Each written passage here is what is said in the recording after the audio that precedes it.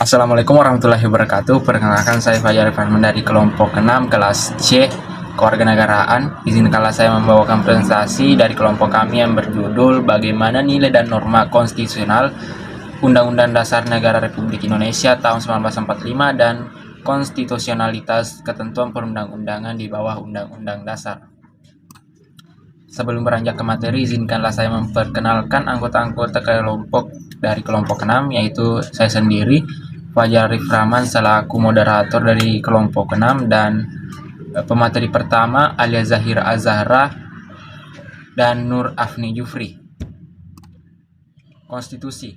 Mestikah setiap negara memiliki konstitusi? Jika iya, untuk apa konstitusi diperlukan? Apakah ada negara yang tidak memiliki konstitusi? Jika ada, apa yang akan terjadi pada kehidupan negara tersebut?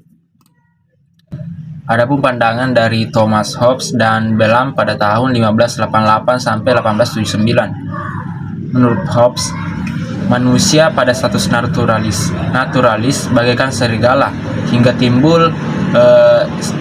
timbul istilah adagium homo hominis lupus atau man is a wolf, artinya yang kuat mengalahkan yang lemah. Dan timbul pula pandangan dari Bellam, omnium contra omnes, atau perang semua melawan semua. Hidup dalam suasana demikian pada akhirnya menyadarkan manusia untuk membuat perjanjian antara sesama manusia yang dikenal dengan istilah factum unions. Selanjutnya timbul perjanjian rakyat menyerahkan kekuasaannya kepada penguasa untuk menjaga perjanjian rakyat yang dikenal dengan istilah factum subjectunions.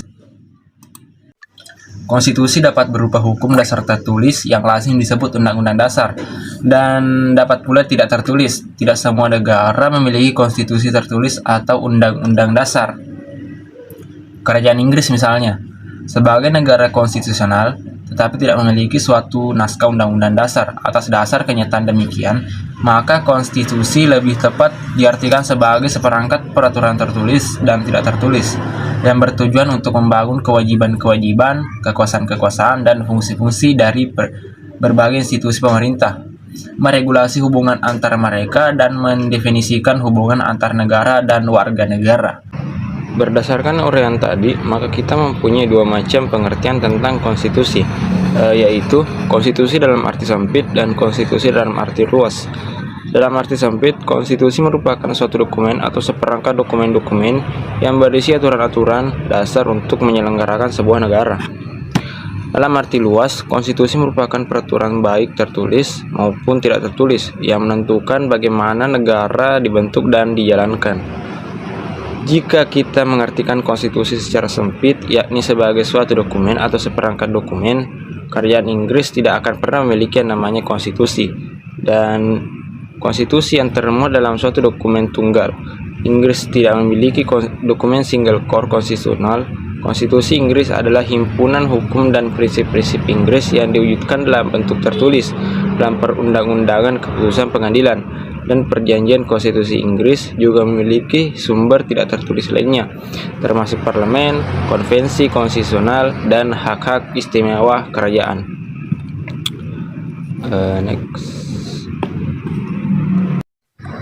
Oleh karena itu, kita harus mengambil pengertian konstitusi secara luas, sebagai suatu peraturan tertulis maupun tidak tertulis yang menentukan bagaimana negara dibentuk dan dijalankan. Jika demikian, kerajaan Inggris akan memiliki yang namanya konstitusi. Negara tersebut bukanlah satu-satunya yang tidak memiliki konstitusi tertulis.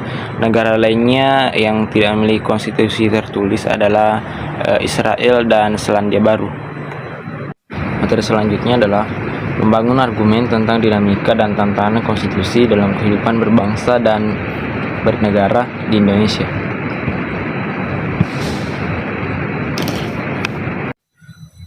Pada awal reformasi, pertengahan 1998, muncul berbagai tuntutan reformasi di masyarakat. Tuntutan tersebut disampaikan oleh berbagai komponen bangsa, terutama oleh mahasiswa dan pemuda. Beberapa tuntutan reformasi diantaranya adalah yang pertama, mengamandemen Undang-Undang NRI 1945. Kedua, menghapus doktrin Dui fungsi Angkatan Bersenjata Republik Indonesia. C. menegakkan supremasi hukum, penghormatan hak asasi manusia atau HAM, serta pemberantasan korupsi, kolusi, dan nepotisme. Dan yang keempat, melakukan desentralisasi dan hubungan adil antara pusat dan daerah. 5. Mewujudkan kebebasan pers. 6. Mewujudkan kehidupan berdemokrasi. Materi selanjutnya yaitu mendeskripsikan esensi dan urgensi konstitusi dalam kehidupan berbangsa dan negara. Adapun hasil perubahan Undang-Undang Dasar Negara Republik Indonesia melewati 4 kali masa sidang Majelis Permusyawaratan Rakyat. Perubahan pertama dihasilkan pada Sidang Umum Majelis Permusyawaratan Rakyat tahun 1999. Tepatnya pada tanggal 14 sampai 21 Oktober. Perubahan kedua dihasilkan pada Sidang Tahunan Majelis Permusyawaratan Rakyat tahun 2000, tepatnya pada tanggal 17 sampai 18 Agustus. Perubahan ketiga dihasilkan pada Sidang Tahunan MPR tahun 2001, tepatnya pada tanggal 1 sampai 9 November. Perubahan terakhir atau perubahan keempat dihasilkan pada Sidang Tahunan Majelis Permusyawaratan Rakyat tahun 2000, tepatnya pada tanggal 11 sampai 12 Agustus tahun 2002. Setelah disahkannya perubahan keempat Undang-Undang Dasar Negara Republik Indonesia pada Sidang Tahunan MPR tahun 2002, agenda reformasi konstitusi Indonesia untuk kurun waktu sekarang ini dipandang telah tuntas. Perubahan Undang-Undang Dasar yang berhasil dilakukan mencakup 2 bab, 72 pasal, 170 ayat, 3 pasal ayat aturan peralihan, dan 2 pasal aturan tambahan. Ada 6 pasal yang tidak mengalami perubahan, yaitu pasal 4, pasal 10, pasal 12, pasal 125, pasal 29, dan pasal 135. Oleh karena itu, konstitusi berarti menjadi dasar pembentukan suatu negara. Dengan demikian, dapat dikatakan tanpa konstitusi, negara tidak mungkin terbentuk. Konstitusi menempati posisi yang sangat krusial dalam kehidupan ketatanegaraan suatu negara. Hamid S. At-Tamimi berpendapat bahwa pentingnya suatu konstitusi atau undang-undang dasar adalah sebagai pemberi pegangan dan pemberi batas sekaligus tentang bagaimana kekuasaan negara harus dijalankan. Baik, terima kasih atas kesempatan yang telah kelompok kalian berikan. Pertanyaan saya adalah, apakah ada jaminan bahwa kalau konstitusi tidak tertulis dilanggar, bakal dapat sanksi hukum atau tidak? Terima kasih. Baik, terima kasih atas kesempatan yang telah diberikan. Pertanyaan saya, mengapa nilai konstitusi itu sangat lebih besar daripada nilai undang-undang dasar? Terima kasih. Assalamualaikum warahmatullahi wabarakatuh. Perkenalkan, saya Rizky Amelia dari kelompok 8 kelas C. Pertanyaan saya, bagaimana nilai dan norma konstitusional undang-undang dan konstitusional ketentuan perundang-undangan di bawah undang-undang? Terima kasih. Saya akan menjawab pertanyaan dari Saudara Sulfadli, yaitu mengapa nilai konstitusi suatu negara lebih besar dari nilai undang-undang. Karena konstitusi suatu negara pada hakikatnya merupakan hukum dasar tertinggi yang memuat hal-hal mengenai penyelenggaraan negara. Karena suatu konstitusi harus memiliki sifat yang lebih stabil dari produk hukum lainnya. Terima kasih. Saya akan menjawab pertanyaan dari Intan Nuraini. Hukum tidak tertulis ini juga memiliki ketentuan sanksi-sanksi yang dapat diberikan kepada orang-orang yang melanggar hukum tersebut. Sanksi tersebut adalah hukuman sosial, kurungan, denda, atau yang lebih berat dikeluarkan dari suku adat tersebut. Sekian dan terima kasih. Saya akan menjawab pertanyaan dari Rizky Amalia. Konstitusi adalah seperangkat aturan atau hukum yang berisi ketentuan tentang bagaimana pemerintah diatur dan dijalankan. Oleh karena itu, aturan atau hukum yang terdapat dalam konstitusi itu mengatur hal-hal yang amat mendasar dari suatu negara.